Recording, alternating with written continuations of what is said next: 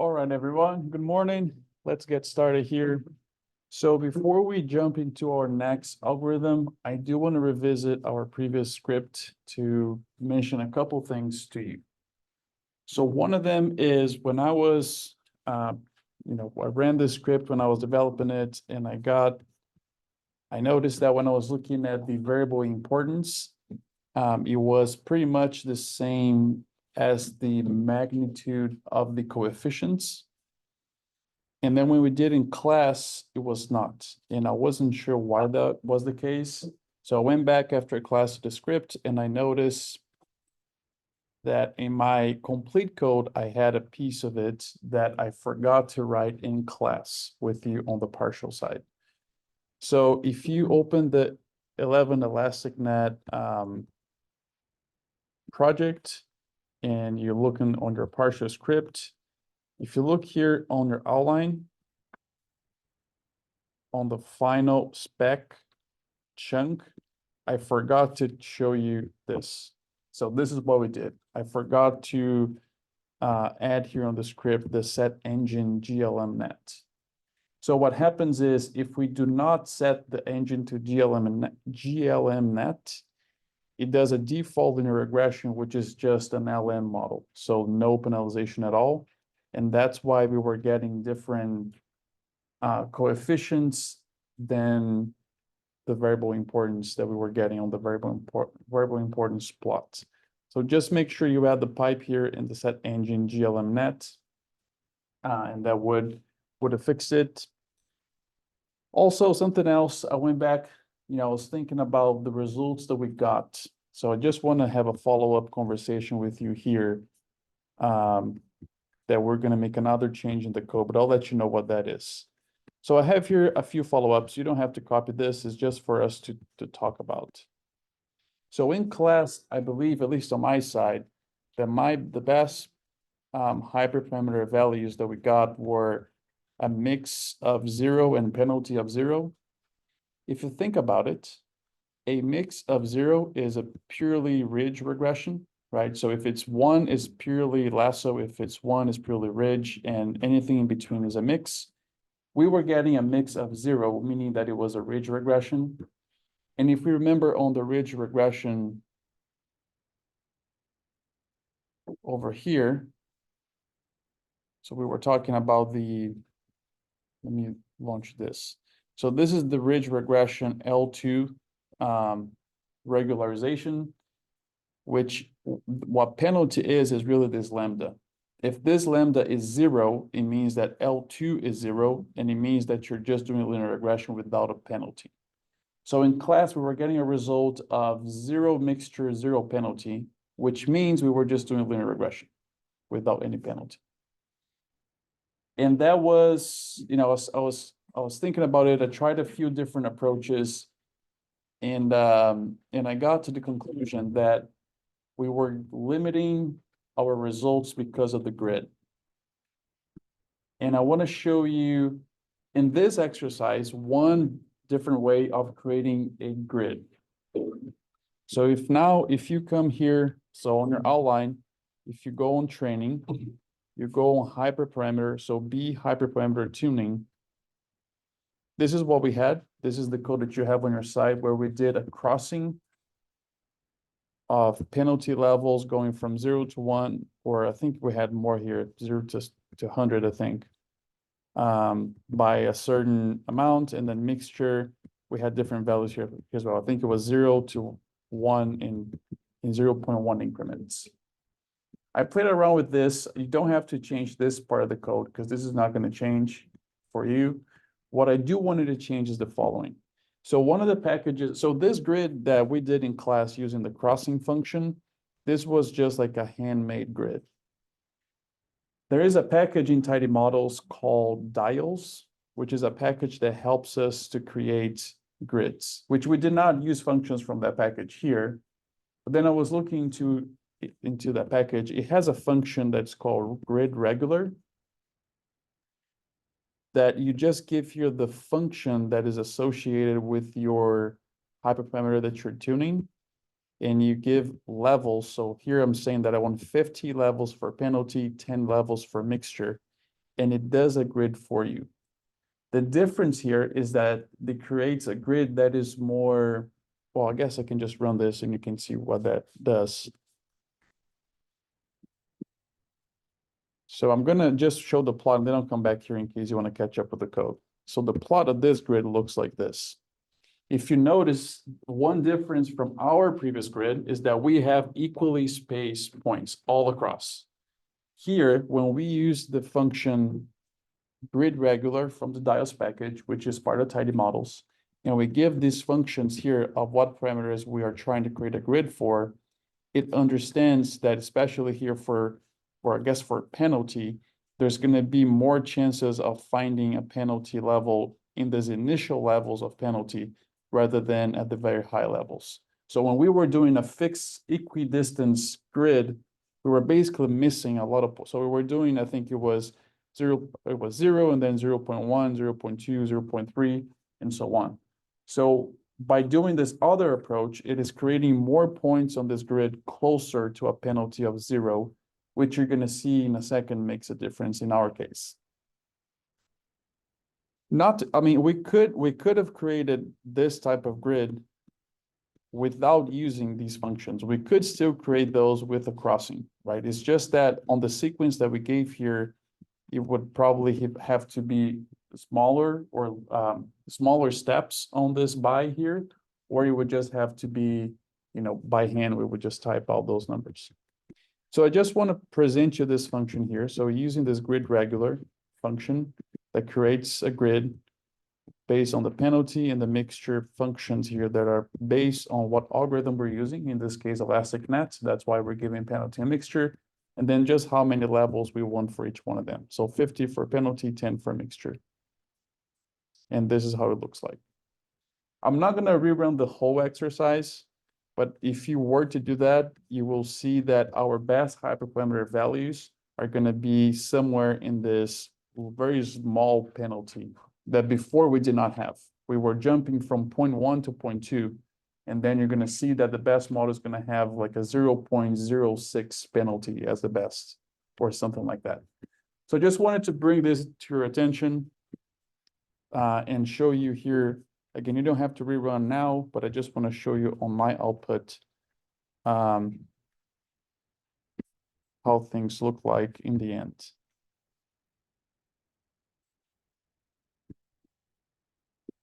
So I was getting then a test R-square of 0.1 and a test RMSE of 2.8. And the best hyperparameter values that I was getting here was a penalty of 0.01 and a mixture of 0.11 if based on R-squared. And I don't think we got any of these values here in class, again, because the values of the grid that we were evaluating were not these, right? We had different values on our grid originally.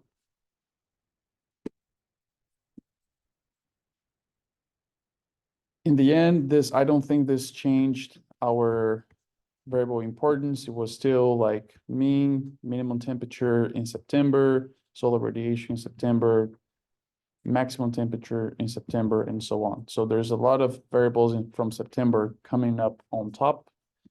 And if we were to look at the coefficients of the ElasticNet model, they would also be in this order here, with the highest coefficient being for the variable on top and then decreasing in that order. So again, a couple of things that I noticed after we finished class was number one, I had forgotten to show you in class this here on the final spec. I forgot to show you this, which was in my original code, but I didn't mention in class as we were developing the code. And the second difference was even after having, so this basically fixed what I identified being the mismatch between the most important variables on the VIP package or the VIP plot and the coefficients. But then that also left me thinking about if you get best hyperparameters of 0 mix and 0 penalty, that's just linear regression. So then I went back and then I tried a different grid, which was what I showed you here on this part of the code. So if you were to rerun everything with this grid now, at least on my side, I got different results. I would imagine you would as well. All right. That's it for this exercise that I wanted to follow up and just give you more information. Now, let's switch to our new exercise. So I did send you an email. I shared a script on GitHub. I asked you to create a project called 12CIT and move that partial script into that project. Again, all the 9 yards of creating a repo on GitHub, or cloning that into your computer with an RStudio project, creating the subfolders code data and output, moving the code that I shared on GitHub on the 2024 DSA to code, and then copying and pasting the same data set we used last time inside of the data folder as well. So if you're still, if you haven't done that, you have here a moment while I finish setting things up here.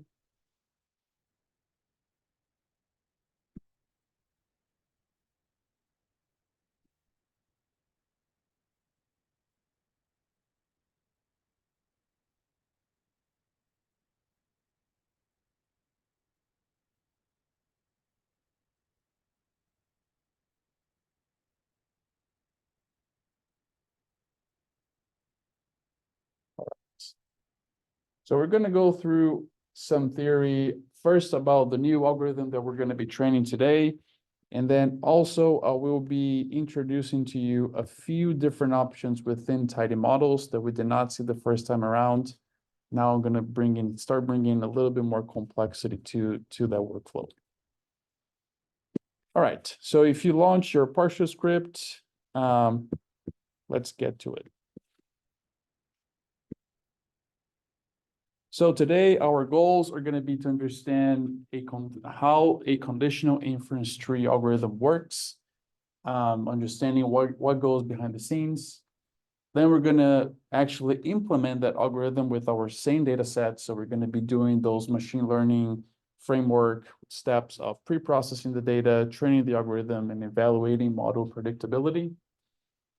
And then as we are moving through this workflow, I will introduce you to 2 new concepts we did not cover on the previous exercise.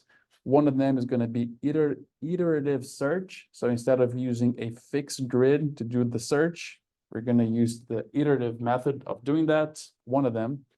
And then we're going to also select the best model based on a slight modification of what we did last time. So last time we ran all these models. We looked into one of the metrics, either RMSE or R-square, and selected the model, the one single set of hyperparameters that gave the highest R-square or the lowest RMSE. So there was one model being the best. Now we're going to be a little bit more flexible and parsimonious in our choice by selecting the best model, not overall, but within a given range of performance. So when we get to that, we're going to see more about it. All right, so let's talk about conditional inference tree, which is also called decision trees. So, to set up our conversation here, we already talked about the issues that multicollinearity can have in our analysis, different types of analysis. And then we also already talked about a couple times, or maybe a few times, of a few ways to handle multicollinearity. So again, one of them would be to perform dimensionality reduction, like running principal component analysis on our data before modeling that data. The other one would be to do variable selection. So one example would be doing by hand, which is you looking at that matrix, the correlation matrix of all the X variables and identifying the ones highly correlated, dropping one of the pair that is highly correlated, or even just using, your, I guess, area-specific expertise. So if you know for sure that precipitation and temperature around a given time are very important, you only keep those variables instead of giving other variables that you may not have good reasoning to include. For example, I don't know, wind speed. Let's say if you know that wind speed does not affect whatever you're measuring, why would you include in the model? So that's the by hand approach. And then we have the approach by models, which we did last time, right? So last time using ElasticNet takes care to some extent of the multicollinearity between different variables by choosing a mixture and penalty in the case of ElasticNet for both bridge and lasso together that accommodates multicollinearity. Today, we're going to explore another algorithm that also takes care of multicollinearity, but in a different way. And that's going to be a conditional inference tree, or CIT for short. We're going to see an example here of what does a conditional inference tree, CIT model, looks like when it's trained. But basically what it does is, so think again that we have this model where we have fiber strength explained by 72 or 70 some predictors, right? So we have all these predictors. What a conditional inference tree model does is at that level of all the training data, so let's say we had 390 some observations. So with 398 or 390 some observations, is going to do fiber strength explained by one of those variables only, get the p-value of that. And then fiber strength explained by the next variable by itself, get the p-value of that. So it does all these bivariate relationships with all the variables that you give it. It does not suffer from multicollinearity because it's doing one variable at a time in separate models. It's not doing all of them together. With that, it selects the variable that has the lowest p-value, explaining, in our case, fiber strength, and takes that variable. So let's say that, precipitation in September had the lowest p-value when you explained that, when you use that to explain fiber strength. Then it takes that precipitation in whatever month is that, September, I guess, and then looks for a split of that variable that if it splits your data set in two based on that variable, the error of both splits are minimized. So there is going to be a point in the precipitation in September. So let's say that is ranging from like 200 millimeters to 300. There's going to be a point on that precipitation that if it breaks in that point and separates the data, it minimizes the error of both nodes that are being created. We're going to see that here a little bit more with a figure to explain that better. But so basically it is doing, first, it does not suffer from multicollinearity because again, it's running by variable models only. And it does variable selection because on this tree that we're going to see, the variables that appear first are going to be the most important. And so it starts breaking your data into a decision tree, and the variables that appear on top are going to be the most important than the ones appearing at the bottom.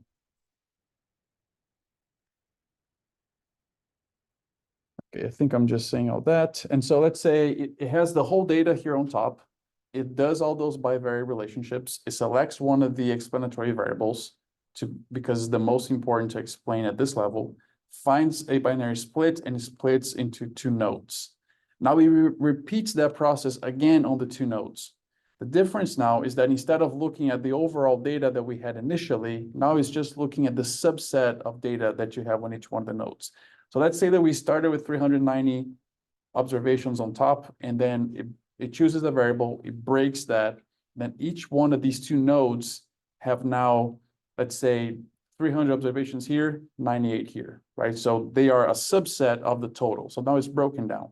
So on these subsets of the data set, it's going to rerun that strength explained by each one of the variables on this side, each one of the variables on this side. And if there is an explanatory variable that further explains each one of these subset of the data set, it's going to select that and make a new break. So that's why it's recursive, because it is applying this iterative process of selecting a variable and finding a binary split each time it breaks. We're going to see again one output of that soon here. And then it basically stops growing the tree whenever it reaches a convergence metric, which could be, for example, maximum tree depth. That can be something you say, I just want a tree of a maximum depth of, let's say, three layers, which would be the layers going like so. This would be 1, 2, 3, 4 depths. This tree would have a depth of 4. All right, I want to show you one example here from a different data sets. This was a paper that we were looking into. This was wheat grain yield. So the way, I'm sorry, this is kind of small over here, but I will kind of walk you through what is going on. So this overall model here is basically grain yield, which we see on these terminal nodes. Well, let me take one step back here and tell you about the terminology. So the node on top is the root node. So that's the one that has all data points you're given to the algorithm. As it's finding variables and making breakpoints, you have these internal nodes. So these are all internal nodes. And then lastly, whenever the tree stops growing, these are your leaf or terminal nodes, which is where you're actually going to see your response variable. So the response variable in this example is grain yield, which is the right here on this y-axis of the box plots. Your explanatory variables are a whole bunch of weather variables where some of them were used in this model, represented by each one of those ellipses. So in this case here, what happened is we had a model trying to explain grain yield of wheat as a function of weather variables. I'm not sure if you can see, but the first variable on top is called rain, for rain cumulative. So cumulative rainfall, I think this is at the growing season level, was the most important variable in this data set explaining grain yield. So if selects that variable, you can see there is a p-value associated with it. The p-value is less than 0.001. And then it finds a break of this variable. So here is saying that if the cumulative rainfall is more than 387 millimeters, you go to the right. If it is less than that breakpoint, it goes to the left. So we found this breakpoint, and in this case here, that breakpoint is 387.96 millimeters. So now only a portion of the data that had a rainfall more than 387 goes to the right. So then everything that follows that pattern comes to this node, and only that subset of the data then is further analyzed again to see what's the next important variable here explaining, which in this case was flag leaf fungi. So it's just, this was a binary variable that had the levels no and yes. So imagine a column that you have this title and just, it has no and yes as all its values. So if you had a flag leaf fungi as yes, you would come to the right here, and the next variable would be the first nitrogen rate. What was the nitrogen rate applied the first time in this crop? If it's more than 87 kilograms per hectare, it goes to the right and gives you this box plot here. So all observations in the training set that follow these conditions of rainfall more than this number, no or yes for flag leaf fungi, and first nitrogen rate more than 87 would fall under this terminal node. And then you see other conditions going on here as well. So this is basically how a conditional inference tree looks like if your response variable is numerical, like grain yield is. In our case, our response variable is also numeric. It is fiber strength in grams per tex. So just to give you some idea of how this works. Well, I guess I was going to say something, but we can wait until we get a little bit lower here. So again, variables that are selected first are going to be more important than variables selected afterwards. And well, before I move on and we start talking about partitioning of a tree algorithm like this, anyone has any questions about this?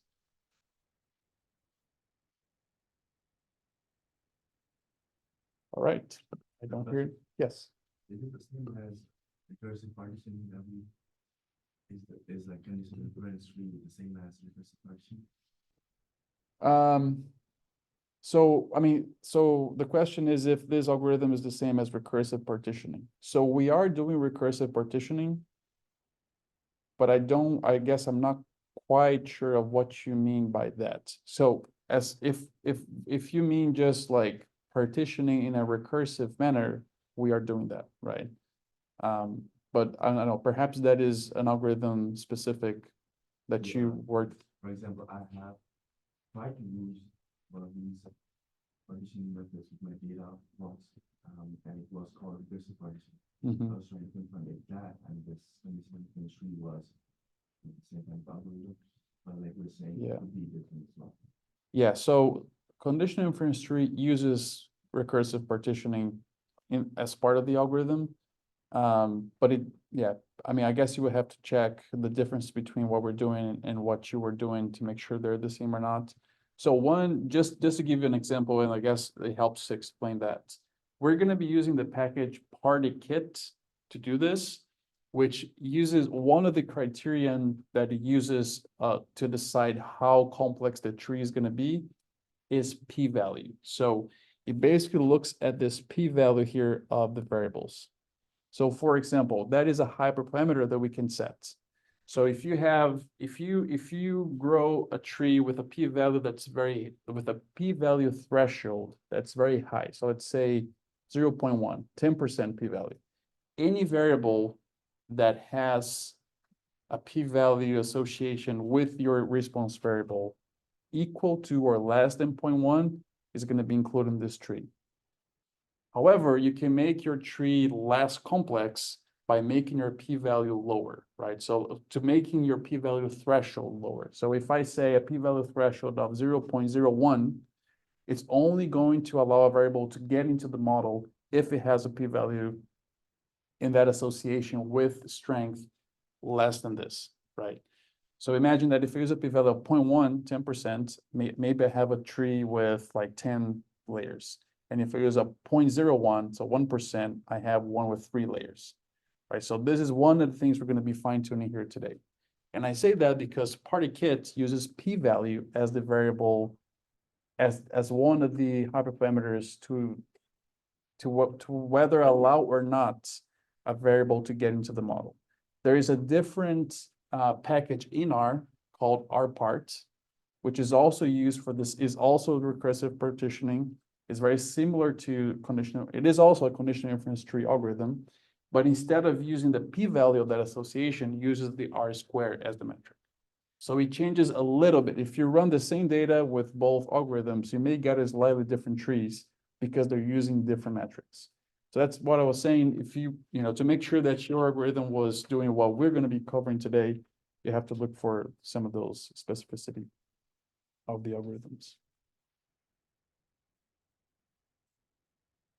Okay, so I want us now to get into a very simple example that I want to show you how partitioning is working and how does that affect what is the way the model is explaining variability in the data.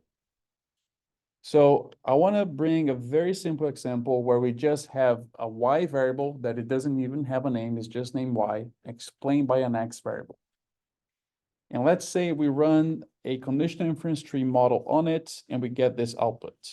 So we're basically saying whenever the x variable is greater than 3.1, if in this case here, it's asking yes or no question. So it gives you a threshold and it says, if that condition is yes, then it comes to this side. If it's no, it comes to this side. And this number here that you're seeing, the minus 0.67 or 0.64 are the y values. So it's showing a little bit different way than what I showed you on the first time, but it's still doing the same overall. So if we apply this, and this is, I want you to look at this plot and first notice that we have our x variable on the x-axis, our y variable on the y-axis. The scatter plot is the relationship of these two variables, and this is the data we're giving to this algorithm. So if we allow it to have only one break, it found that break on the x-axis to be 3.1. If you make this scatter plot of x and y, which in this case is very simple because it's just one explanatory variable. In our case, we have 74, so it's not as easy to visualize. But in this very simple case, if you look here, this split of 3.1 on the x-axis is right here.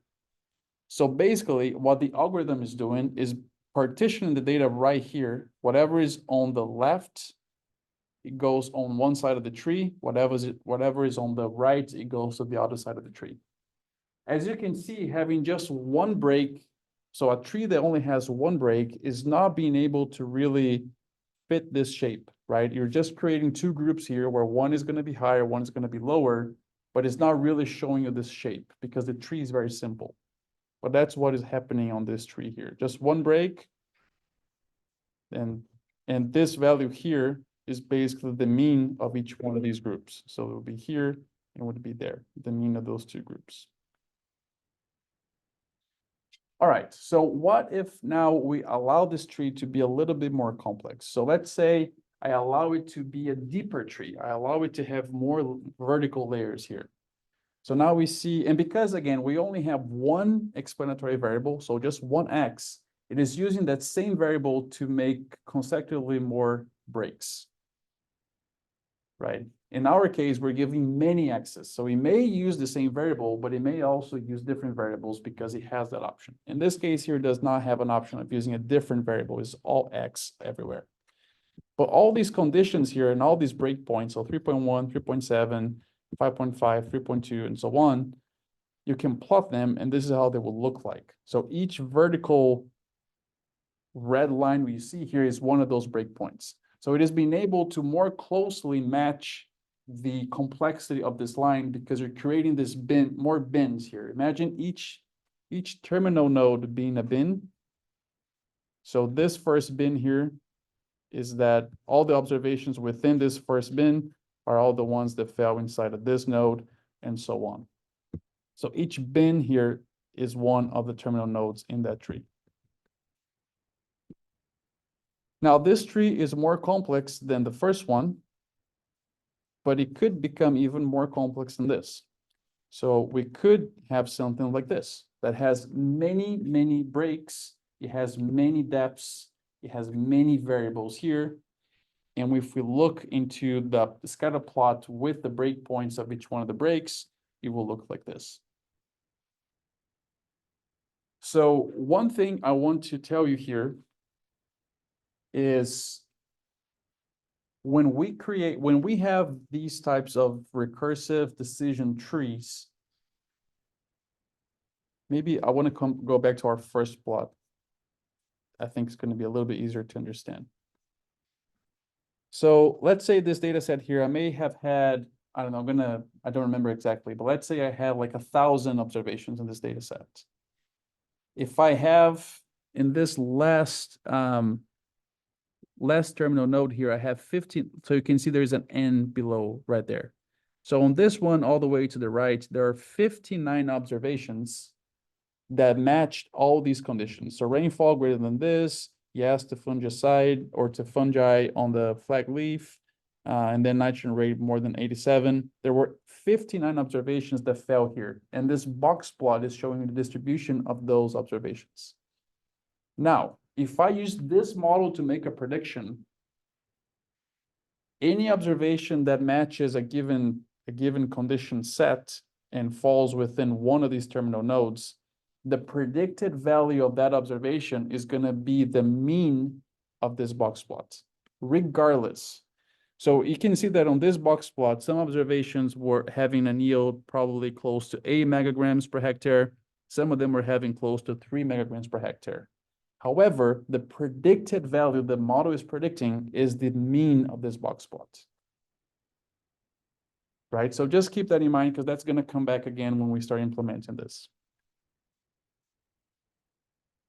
All right, so just getting to our example here is the same thing. So each condition that matches, or each observation that matches all a set of conditions are going to fall into one terminal node, and all data points fall into that terminal node are going to be predicted to have the same value, which is the mean of the distribution of those points.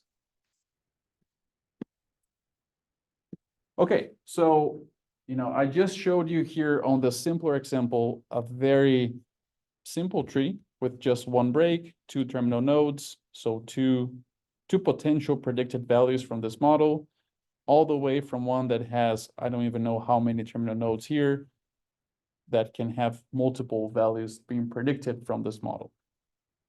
Now, a question here, and this is always a question in a machine learning algorithm, is how do you determine how complex or simple your model should be? Should we have the simplest tree? Should we have the most complex? Should we have something in between? right? So every time you're thinking about that, I want you to think of fine-tuning hyperparameters. That's what we're going to be doing today as well.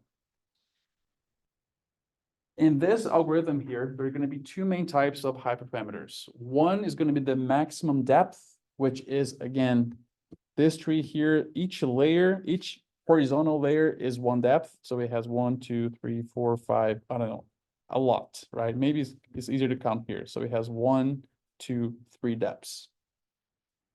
So maximum depth is going to be one of those hyperparameters. The other one's going to be the minimum criterion. So it's basically the value of 1 minus p-value. So if your p-value is 0.05, your minimum criterion is going to be 0.95. So it's just the inverse, I guess, or the complement of your p-value that needs to be exceeded in order for that variable to be included in the model. We saw that not in these models here, but we saw that in the first model I showed you, where we have a p-value right below the variable name that is telling you what was the p-value of that association. So these are the two ways that we can control how simple or complex a tree is by how many layers we want to allow it to have and how strict you want to be by allowing or not allowing a variable to come into the model and be part of it. Before we get to the implementation of this, I do want to tell you some pros and cons about this algorithm. This is one of the algorithms I use a lot, and I at least run it with random forest to compare them. But I do like this algorithm because first is non-parametric, and it can really model nonlinear relationships, as we were seeing in this example here. So this is, I mean, it is a polynomial relationship, but you can really see that if needed, the model can really create multiple bins or multiple terminal nodes along any shape of relationship. So it can do that for us as far as modeling nonlinearity in your model.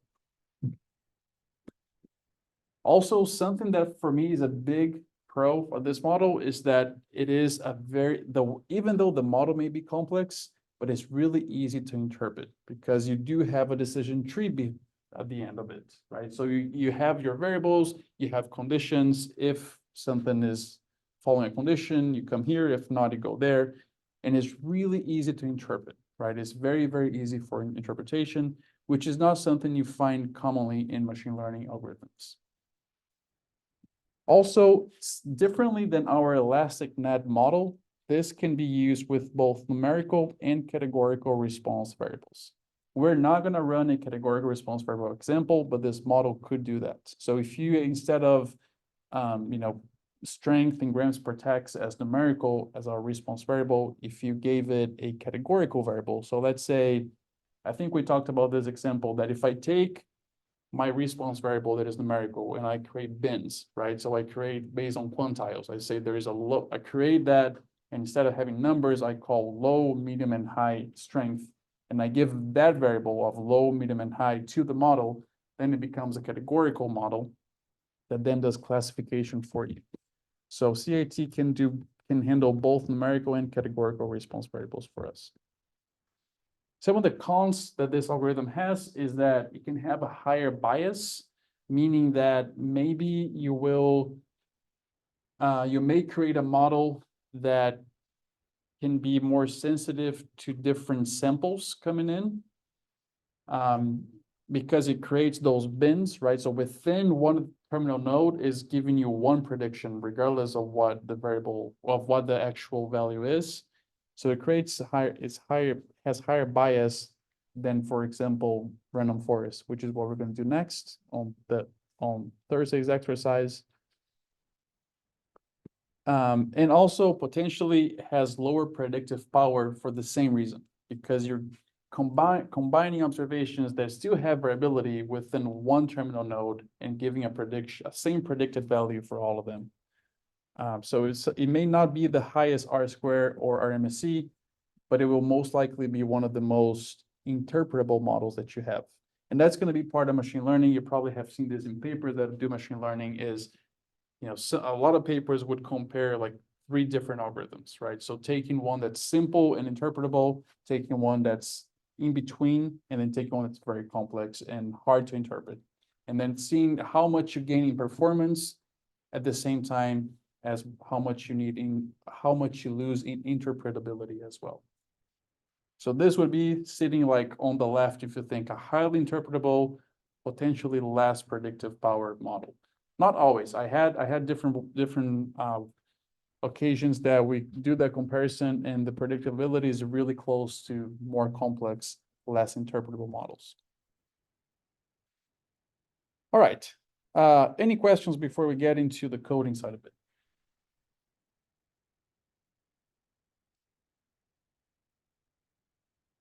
I am curious about the interpretation of the first figure that you showed, but we will see when you go with the exercise. You mean like this figure here? How would you interpret it? Like rainfall is affecting the yield on one side, and there is also a combined effect of nitrogen rate, but on the other side, there is the effect of row spacing, and fertilizer rate is not affecting.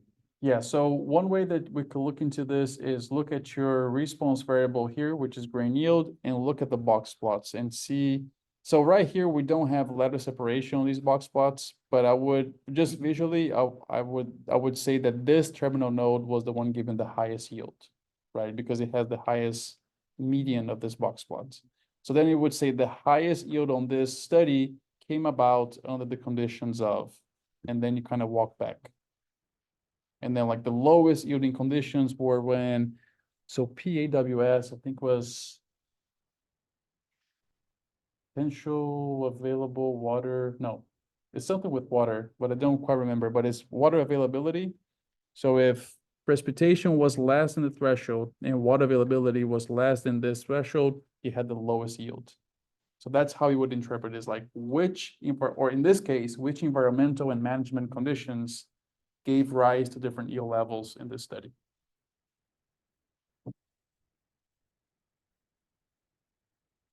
All right, so I have a couple of packages that you may need to install. One of them is called PartyKit. That's the package we're going to use to run the conditional inference tree algorithm. The next one is called FineTune, which is the one that I wasn't sure if this came as part of tidymodels. I didn't think it came, so that's why I'm asking to install it. But this is going to be the one that we're going to use to do a different, so iterative search instead of a fixed grid search. This is the one that's going to help us with that. Once you install them, just comment them off or delete those two lines, and then go ahead and load all the packages here. Now that we're starting on the coding side, I do want to call your attention to one thing. A lot of this workflow has remained the exact same as before. And that's, again, the reason why I'm showing you how to do this using tidymodels as the family of packages behind it. If you were not using tidymodels, you could definitely do all these packages without tidymodels, but each one of them would have a slightly different specification, and how, some of them take a formula, some of them only take matrices. There's a lot of differences of how different models are even developed and how you specify those models. Tidymodels kind of takes that away and makes it standardized for different family of models. So I hope that you can realize as we move forward that a lot of the code has remained the same. We're just going to change the model, the hyperparameters, which are model specific. Every model is going to have their own set of hyperparameters.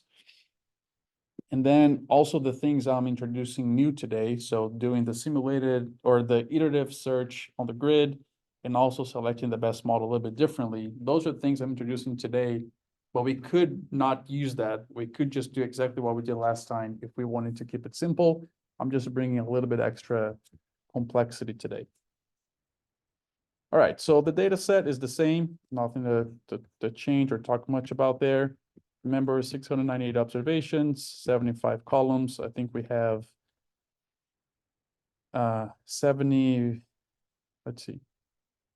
73 columns as our actual data set. We're not using ear or sight to predict.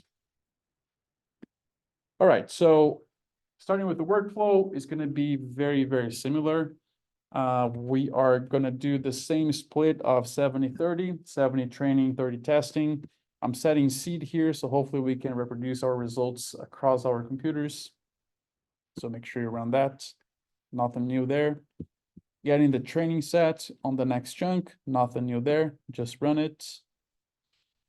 Getting our testing set on the next chunk, nothing new there, just make sure you run it. Now remember, the test set, we basically ignore until the end, right? So we're gonna get further into the training set and process and train only using the training set. On the data processing, these are the same comments as I had before. We're gonna do a recipe and apply some steps to the recipe. I'm highlighting here with this notation, one difference between the algorithms. So in ElasticNet, it was really important that we standardize our data because if you remember, it was just a multivariate linear regression where we're calculating coefficients for each variable.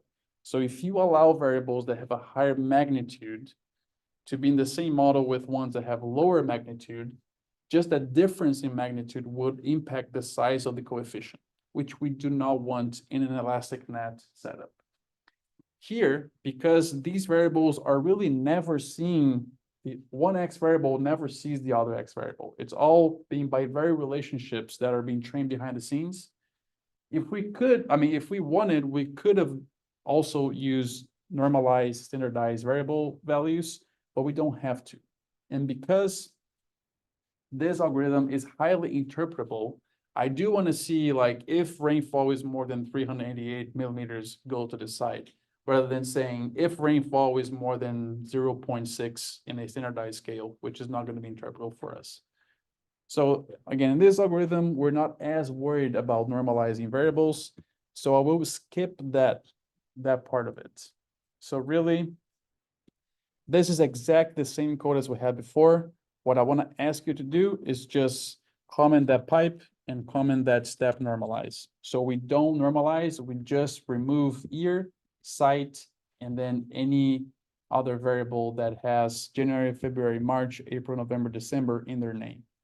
We talked about this last time as far as just removing variables that are from outside of the growing season. You would not, especially the ones after the growing season, you would not expect that, anything that happened after you harvest a crop will impact that crop, right? If you harvest, let's say in October, you would not expect that something that happens in November, December to have impact to that.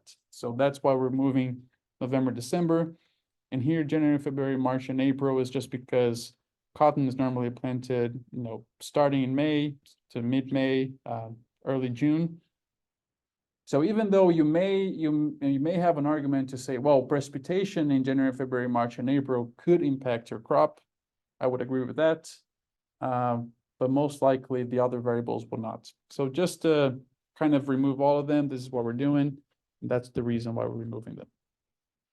So make sure you run it. Our recipe, again, is pretty much the same. We're just not normalizing. Remember to prep the recipe, so run that chunk, the same as we did last time, nothing new here. Now let's start, so we finished the pre-processing of the data, now let's get into the training side of it. If you remember from last time, we have to specify a type of model, which last time was a linear regression type of model. We have to specify the engine, which is what package you want to use, because different packages can do the same analysis. So the engine allows you to specify what type of package you're using here. And in this case, one difference from this algorithm from the last one is we have to specify the mode as well. So Elastic, and I have a comment here just to highlight that difference. So because ElasticNets can only run regression, which means your Y variable is numerical, then it's already assuming a mode of type of regression. In our case, now with conditional inference trees, because they can be used both for regression or classification, depending on the type of your response variable, we need to specify the mode that we want to have. So we're gonna be specifying those. And then I want to talk a little bit again, the hyperparameters, because when on this model specification, we also determine which hyperparameters we want to optimize. So we talked about the maximum depth of the tree. The way that is called in the algorithm is tree underscore depth. That's the argument that is referred to. That value of 1 minus p-value, that is the threshold that we're going to use to allow a variable to come into the model or not, is called min criterion. There is also another one that we haven't talked about yet that's called the minimum n, which is the minimum number of data points in a node that it needs to have that minimum number before you can go ahead and split it. We're not going to be optimizing min n. We're just going to be optimizing tree depth and min criterion, but I wanted to make you aware of this. All right, so let's start that here. This is where things are going to be different. So this is where you're going to be coding with me. Come on my code as well. All right, so we're going to call this CIT spec because this is the specification of the model. Give an assignment symbol. You can come after this first comment here that is specifying CIT as model type, asking to tune the hyperparameters. Last time we used the function here, linear underscore reg, because ElasticNet is a type of linear regression. In this case here, we're going to use a function called decision underscore tree to set this model type. And then in here, we're going to change, or if you remember, this is where we would specify hyperparameters. So the name of the hyperparameter for the maximum depth of the tree is called tree underscore depth. And remember, if I just give a number here, 5, then that's what's going to run. If I want to find the best number here, I need to say tune. And then when we get to the tuning side of it, it's going to know that it needs to tune this value for us. Last time, we did mixture and penalty for ElasticNet, and we specified both of those at this level. Now there's going to be one difference. We're going to specify tree depth here, but we're not going to specify mean criterion yet. If you give it a pipe, let's go to the engine. Let's specify our engine. So the function we used here last time is the same as we're going to use today. It's called set underscore engine. The name of the engine is partykit to specify we want the functions from that package. Again, in R, you can do recursive partitioning trees that I know of, maybe using 4 different packages, 4 different algorithms. This is where you would specify if you want a different one. So maybe if you use rpart in the past, here you would say rpart. We want to use partykit. Now, as I mentioned earlier, partykit uses the p-value as one of the hyperparameters, but that hyperparameter is not the same across different conditional inference tree algorithms. So rpart uses r squared. Partykit uses the p-value. Because that algorithm is not the same across all decision trees, we cannot specify at this level. At this level, we specify hyperparameters that apply to all types of algorithms under that family. Under this family of decision trees, we have partykit, rpart, and a couple of others. And again, the p-value that we're going to fine tune here is only applies to partykits. So that's why we're going to specify that on the engine and not on the decision tree level. Just saying that in a different way, hyperparameters specified at this level apply to all types of models of that family. If you have family-specific hyperparameters, you have to specify them on the set engine part of it, which we're going to do here. So the name of the actual name behind the scenes of this hyperparameter, which is the p-value that we'll have to allow or not a variable to come into the model, is called conditional min criterion. As you start typing, it may pop up on your tab. So what we want to do here is not have the function itself. I just wanted the name. So remove the parentheses there. And let's just say equal to tune. So we're asking for this hyperparameter to be tuned as well.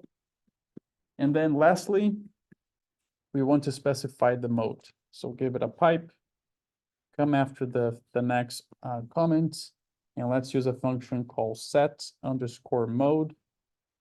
Inside of it, we just say regression. If you run all this and you print your CIT spec,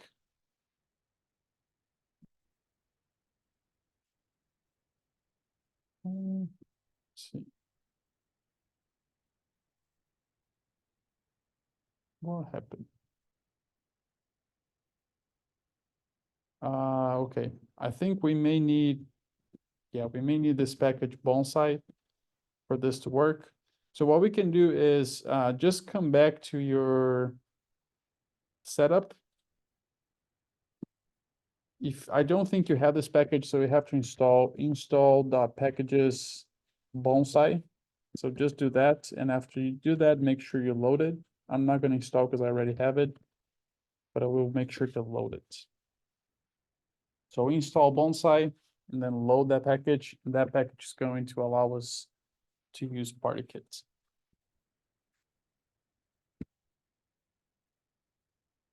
After install, and make sure you run the library bonsai as well, then go back to your CIT spec, and this should work now.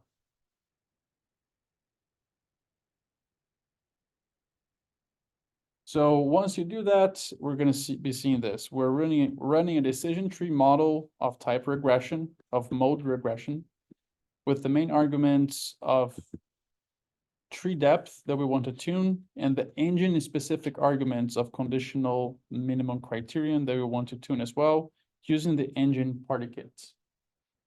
And again, just to remind you, on the elastic net, both mixture and penalty were at this level. They were not at the engine level. They were at the algorithm level. So whenever we printed this, it would say main arguments, mixture, and penalty here. We did not have any engine-specific arguments for elastic nets as we have here. Okay. All right, another difference here that is different because I want to introduce something new. It did not have to be different. We could have the same code as before, but I do want to show you a different way of doing a search, which is going to be using iterative search algorithm for that. So for an iterative search, we need the model specification, which we just created above. We need the recipe, which we already have. We need the resampling strategy, which we're going to do right below, and is the same as before. So the resampling strategy is not changed. And then because we're doing iterative search, we're also going to have a parameter information that we don't have yet. So this is new. We do not have this for a fixed grid. So if you come here in the next chunk, we're just going to do the resampling strategy, which again is just a v-fold cross-validation where v equals to 5. So it's taking our training data, splitting that into 5 pieces of approximately equal size, and then using 4 pieces to train, 1 to do the assessment, and then it changes which one is assessing, put that back, takes another one from the 4, and does training, testing, and so on. And even though I'm saying testing here, but we are not using the test set, right? We're just using different partitions of the training set to assess what hyperparameters are the best. So make sure you set seed and you run it. If you just print that, we have the 5 folds because we're doing a 5-fold cross-validation, v equals to 5. And this, again, is the same as before. There's nothing new here. Now, let's define our parameter information. And this will become a little bit more evident of why we have to do this as we start typing. So if you come here on the next chunk, we're going to start off with our CIT spec. So when we specify the model, we're going to use a pipe and call a function that is named extract parameter set dials. If you run that and you print CIT paren, this is what it shows us. And this is why we have to do something here. If we were using the iterative search that we're going to do with ElasticNet that had both hyperparameters at the main level, we would not have to do this.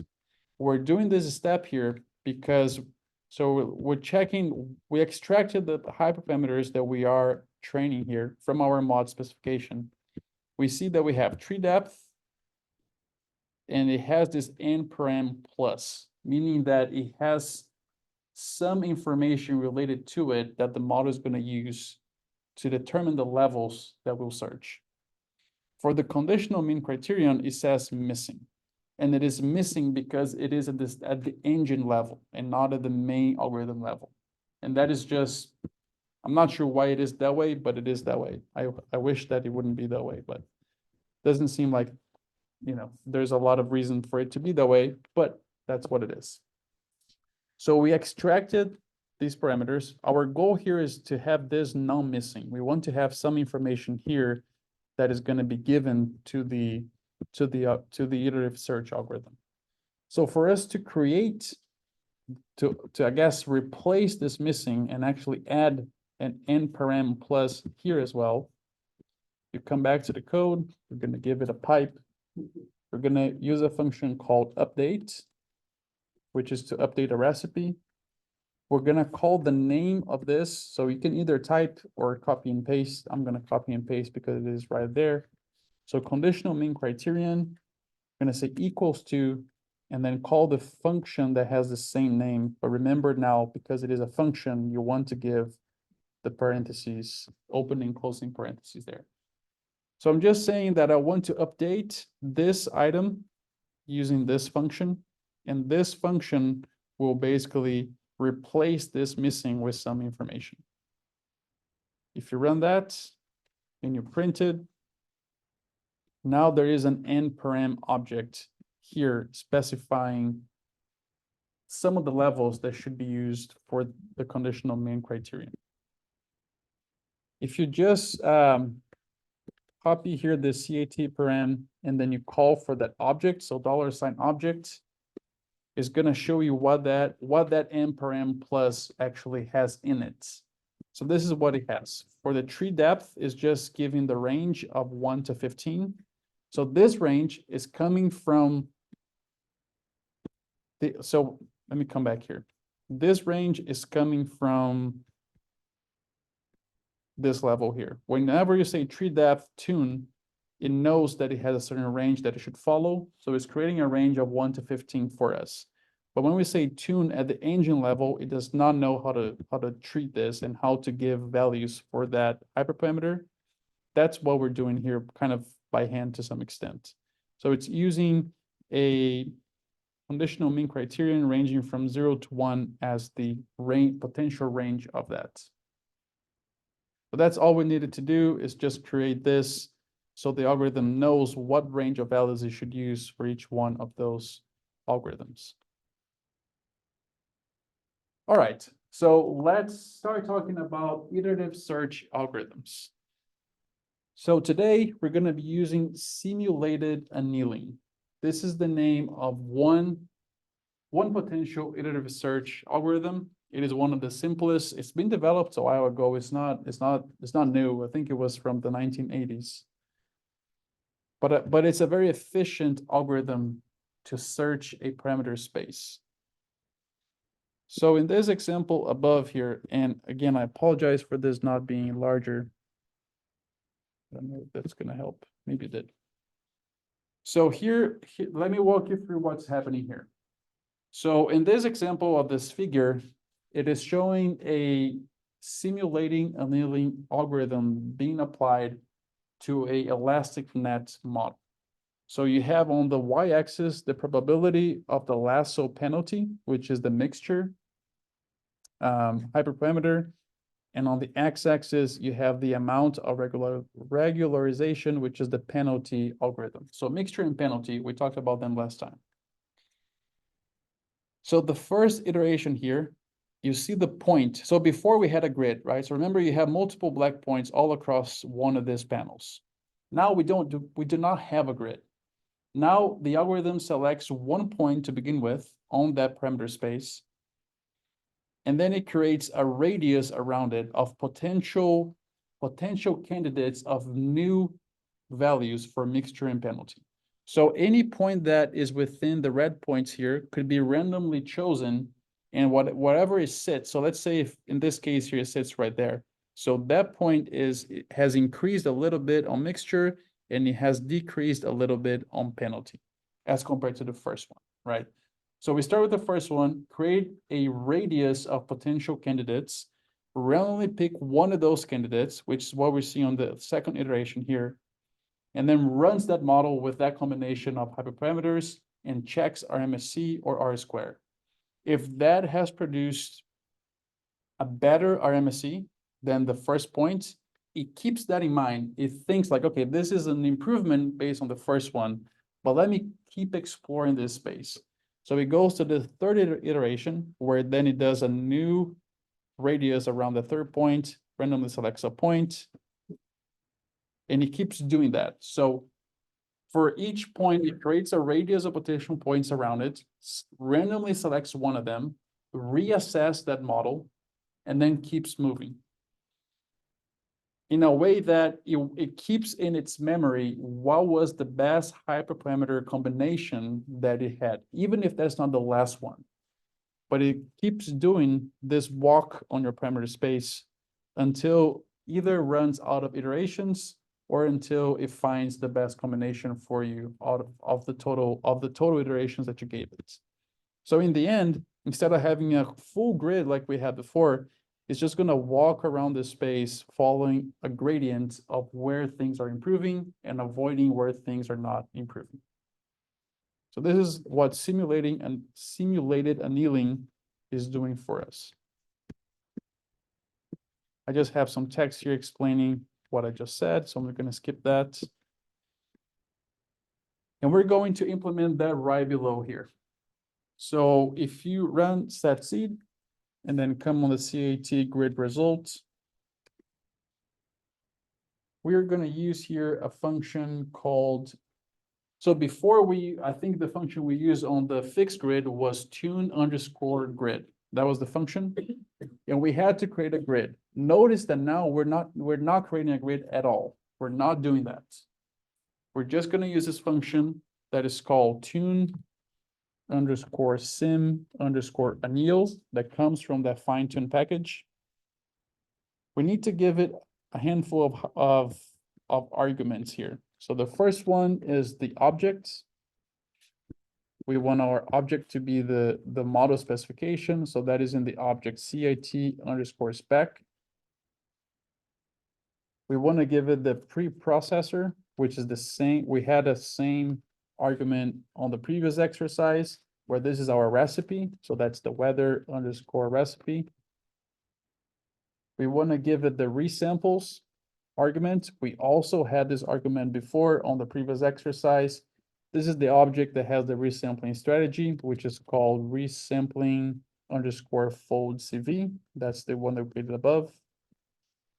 Here's a difference from what we did before is we have to specify the parameter information. So it has an argument for param_info. That's the name of the argument.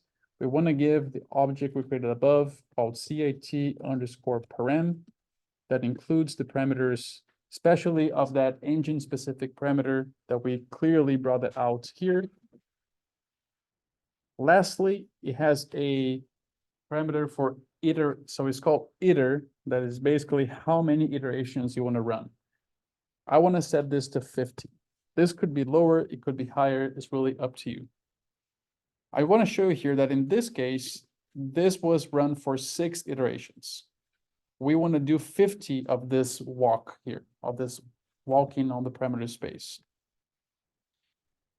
I will tell you that as you run this, it's going to take a moment, but it will narrate to you what is going on the console. So I want to set seed again and run this, and I will watch here on my console. So it's starting, the initial best value that it chose gave a model with a 3.04 RMSE. Now, each iteration here, it is doing what we were talking about as far as creating, it's creating a anneal around each one of those points, and then randomly picking a new point, assessing how that new set of hyperparameters are impacting your model.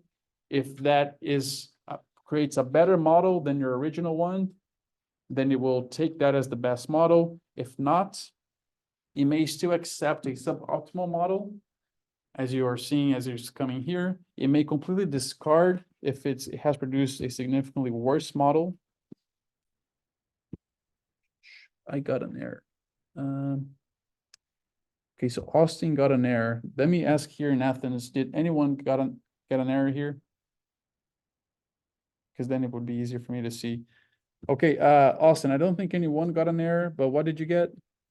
To tune a model, we must pre-process with a formula, recipe, or variable specification. Okay, so I'm guessing maybe make sure you have the preprocessor being your weather recipe. It seems like you're missing the recipe there. Double check that.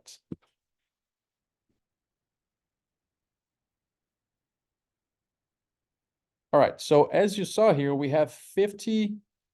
So it shows a beginning point, beginning set of hyperparameters. Did that help? Was that the problem? Yes, sir. Thank you. I didn't add recipe, and I thought I did. I apologize. Awesome, no worries. So we started with a point, which in this example that we were seeing, that was the initial point, and then it starts navigating the space, right? So in our case here, if you look in our output, it started with an RMSE of 3.04, then it tried different combinations following that annealing and moving around this space that were producing all similar RMSE values. It found one combination at iteration 5 that gave a lower RMSE, which means a better model. And then it kept going. It found also it has this restart from best. So what happens is if it goes 10, I think it's 10 or maybe 8 steps, if it goes through 8 iteration steps without improving, to make sure it didn't fall into an area of the parameter space that it got kind of trapped and the optimum result is not from that part of the space, it restarts. So if it goes through 8 iterations, 8 or 10, does not find anything better, it comes back to the beginning and tries to go in a different direction. That's what the restart from best is doing here for us. So it ran through 50 iterations, and then stopped because we asked to run for 50 iterations. If you ask for 10, it would stop at 10. If you ask for 100, it would go further. So that's a value that you decide for how long you want to allow it to run. Now, I do want to print the CIT result here just so we inspect what's in it.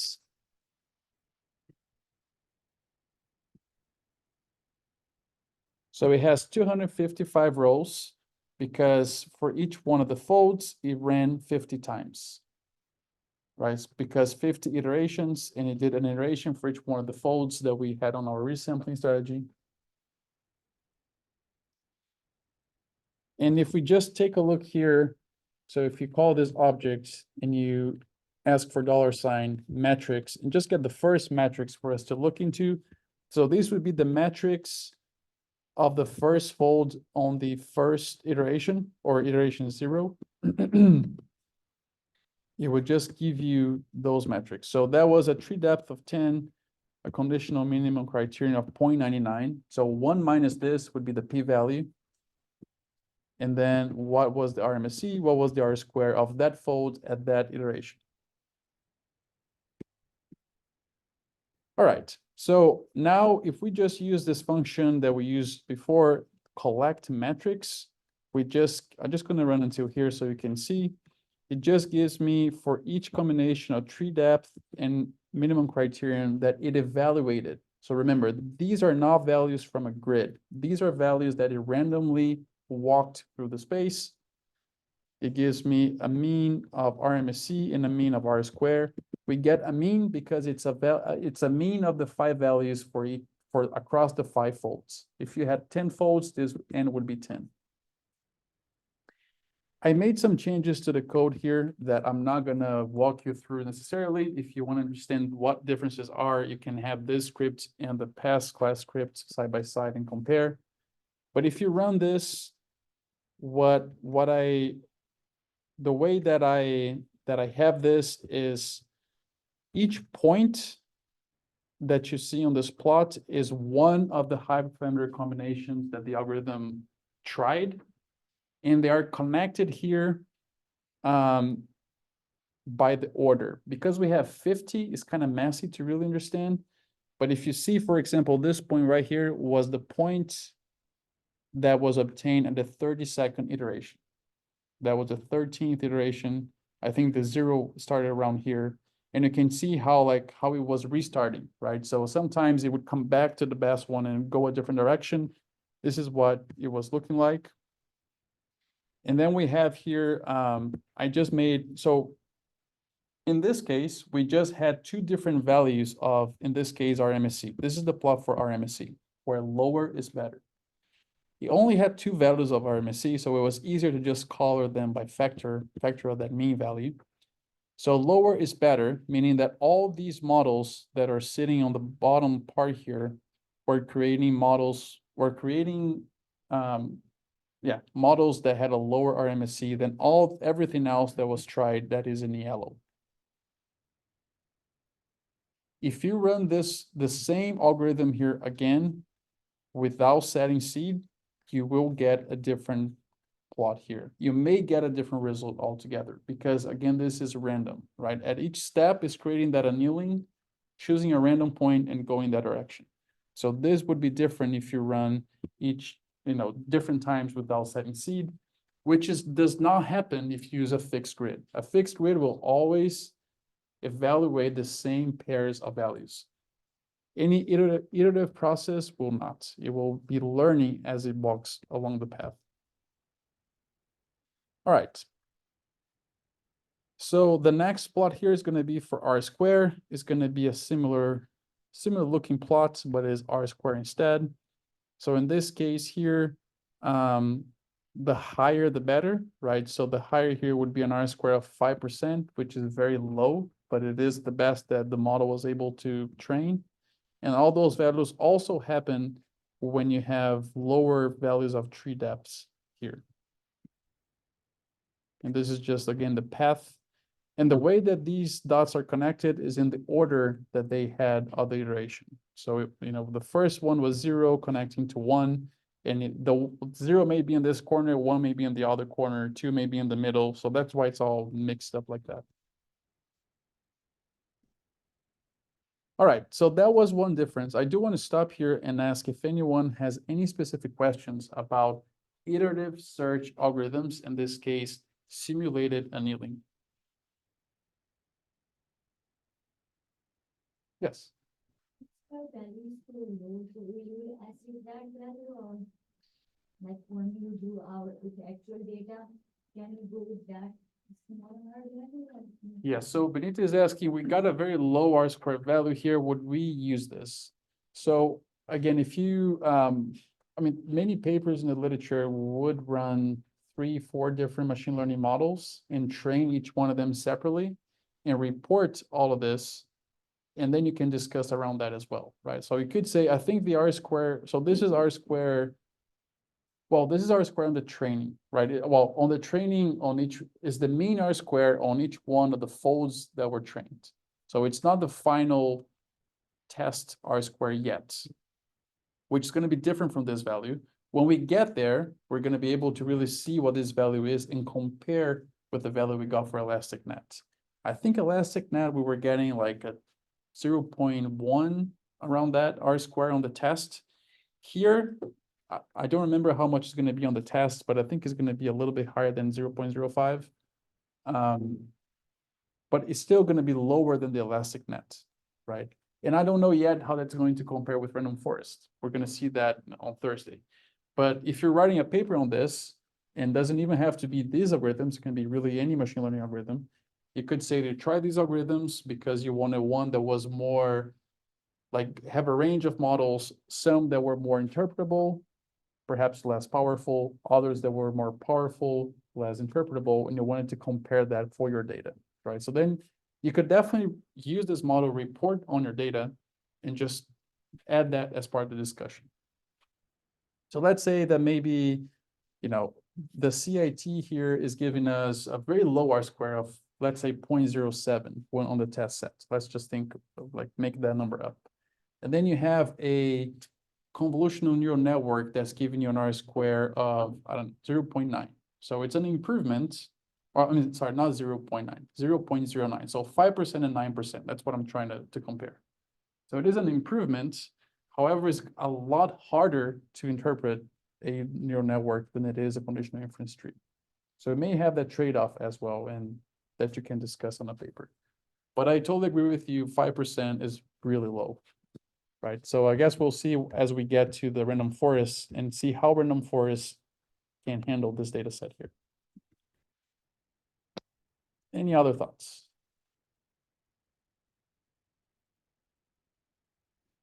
All right. So here's the next thing I want to introduce as a new component here.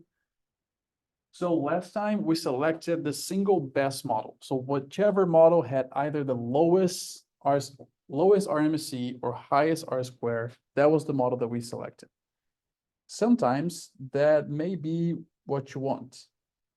However, there are some of these models here that you may get, let's say the best model with a given set of hyperparameters gave you an R-square of, let's say, 0.1, but it was a very complex model. Like it had, I don't know, a tree with like 10 depths and like many variables as part of that model. And the second best model, instead of an R-square of 0.1, it was 0.9, but it was a very simple model. Instead of having 10 depths, it had 2. Right? So you may decide that you want to select a model that is within the best group, but not the most complex. So you can, again, make it easier for you to interpret it as well. So that's what we're going to do next here. So I left you part of the code. We're going to be selecting the best based on RMSE. So we're starting with the results of the grid that we just trained above. On the previous exercise, we use a function called select_best, which again does what we have just described. Here, I want to show you one variation of that. So there's a function called select_by1 standard error. So here's basically going to select the best model, the most parsimonious model within one standard error of the best model. That's what it's going to do. We have to tell it here which arguments I want it to, or sorry, which hyperparameter I want it to evaluate. It cannot evaluate both at the same time, so I have to pick one. On our results here, I think tree depth is the one that had the largest change on performance. So I want to specify tree depth as the parameter that's going to be looking to the one standard deviation. And then give it a comma. We want to say metric equals RMSE because that's what I want to do in this chunk at least. So if you run that and you print it, at least on my side, it's saying a tree depth of 10 and a conditional minimum criterion of 0.99. Are you all getting the same? Okay.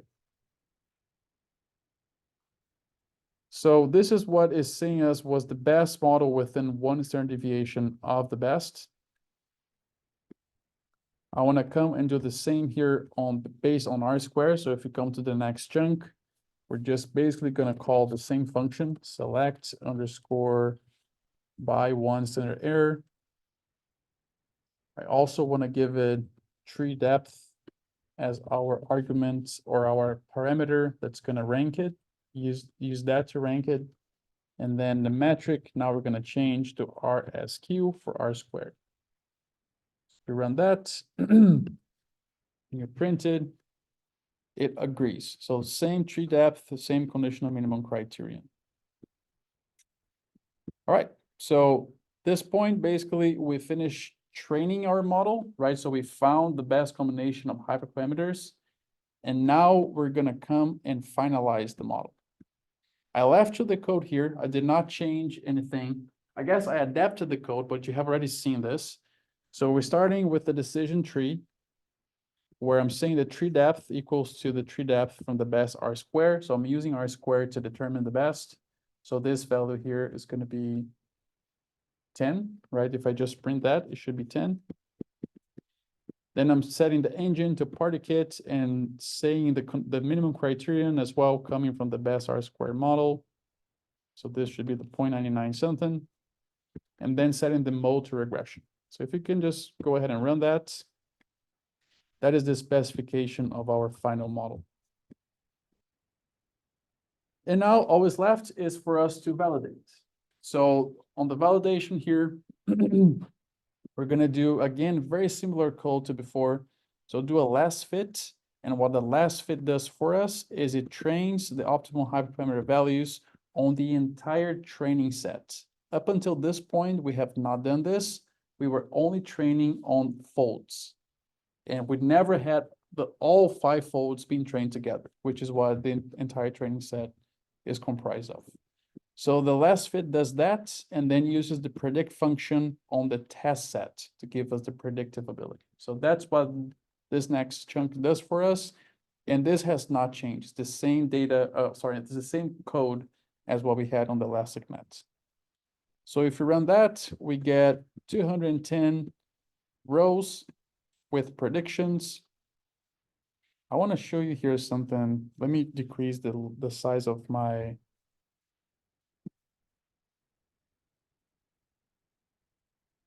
Okay, so here's one way of us seeing how a prediction coming from this model is happening.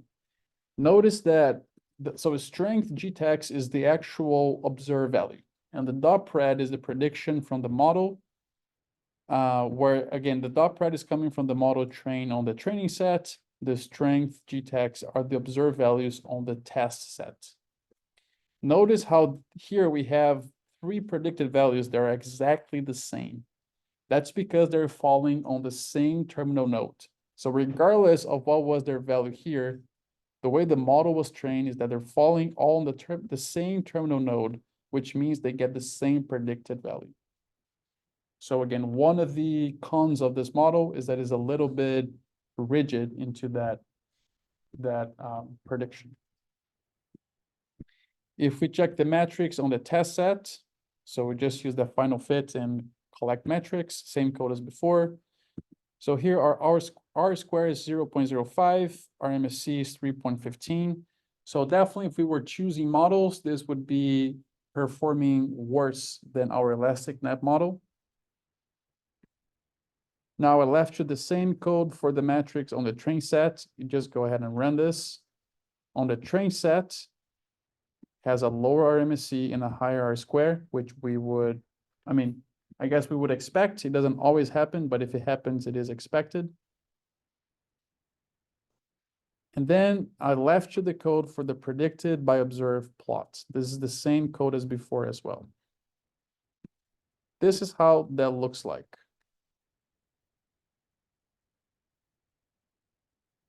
What is going on here? So I want to ask 2 questions. Yes, somebody had a question? Maybe not. I want to ask you all 3 questions I want you to think of, and I want to ask 2 of you to answer that out loud. First off, why do we have 3 horizontal lines here? There are just 3 nodes. Just 3 terminal nodes. Yes, exactly. And so with that, how could we have more lines? I guess, how could we spread out? Because we're always going to have these horizontal lines, right? Because that's going to be associated with the node. How can I have more vertical lines in this case? What would I have to change in the model to allow for that? Do that again. This is criteria, and it's not different. Okay, so I guess, so Benita is saying we could change the hyperparameter values.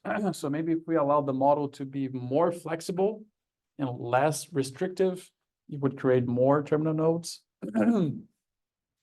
I guess, so that would be the case, right? So each horizontal line here is 1 terminal node. If I want to be able to spread my data predictions across more lines, I would have to create more terminal nodes, which would mean to make our model more liberal, having more breaks, having more depth, and so on.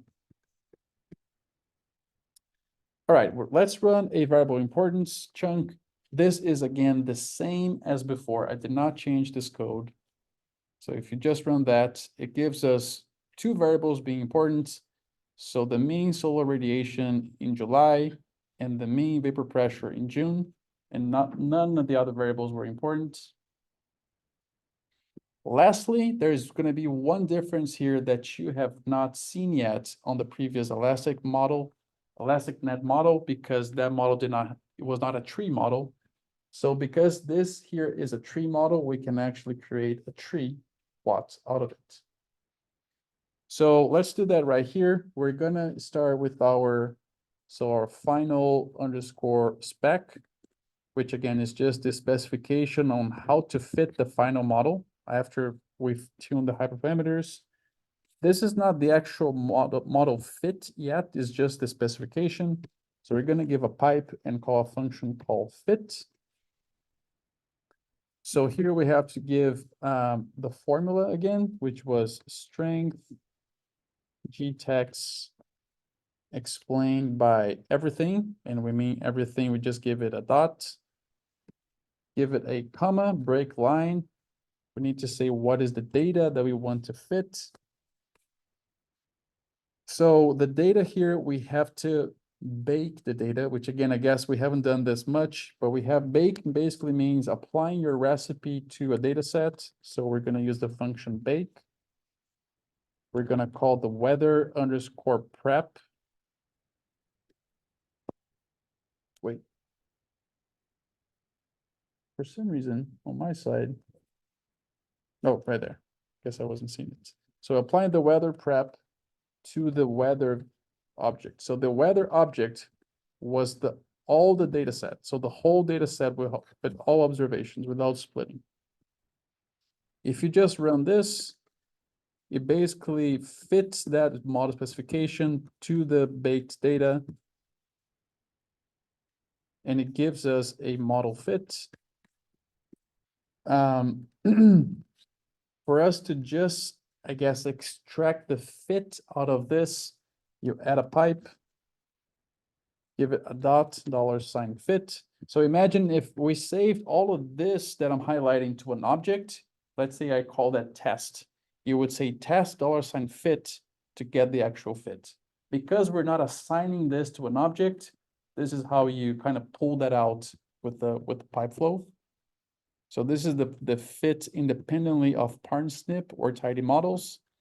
And then we can just feed this fit right into a plot function to give us the tree. So this is the code. This is the tree that we got. So I would assume that our highest, in this case here, the y-axis variable here on the terminal nodes is strength in grams per tex. I would assume the highest strength is this node 4, so right in the middle. So we would say that highest strength for this data set happened when you had, if you start all the way from the top, because the top variables are the most important, when the mean solar radiation in July was less than 398 watts per meter square on average, and our vapor pressure on June was greater than 2,130 pascals. That's the condition that gave the greatest fiber strength. One thing to notice here, which I thought was interesting when I was running this or creating this exercise, is that the best hyperparameter values had a tree depth of 10. However, we just have two depths, 1, 2.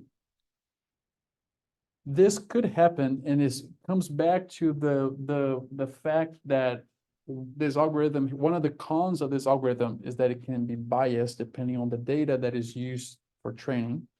Because maybe on our training set, on the folds that we had, it happened in such a way that 10 was the best number of depth for the training set. But when we what I'm showing you here is the fit for all the data, which includes the training and the set together, the training and the test set together. And in this case, even though we told it you can grow up to 10 depths, it only gave a model with 2 depths. So that is one of the limitations of this algorithm, is that it can be highly susceptible to the samples that you get when you're training, when you're testing, which is it could be a big problem. In this case here, we can see that they were not matching. So that could be, signaling that there's some mismatch there between our training and tests when it comes to this. But it's still, it's a model we can use and we get a predictive performance out of it, right? So we have a 5% R square compared to, if I remember right, 10% from the ElasticNet. So it would definitely not be the best model to use, but it's very easy to interpret, right? It's just a decision tree that you can clearly understand what conditions generate different populations of the response variable.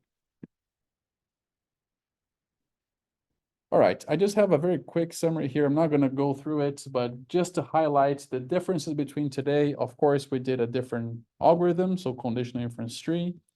We used iterative search as one of the differences as compared to using a fixed grid search as last time. And then we compared, let's see, I don't think I even have here, but we selected the best model using the best within one standard error instead of just the purely numerical highest best model. Any questions? Any thoughts?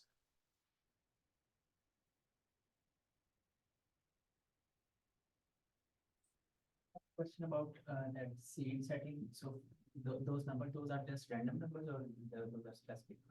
Yeah, let me repeat that for those online. So Jazib is asking for the set seed, how do I come up with those numbers? I basically just close my eyes and do this. Yeah, so I guess somewhat random.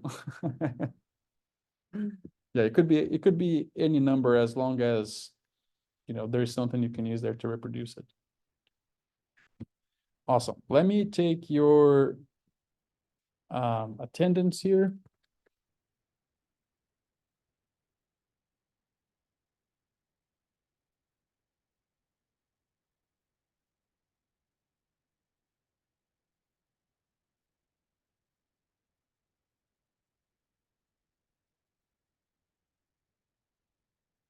All right, make sure you claim your attendance.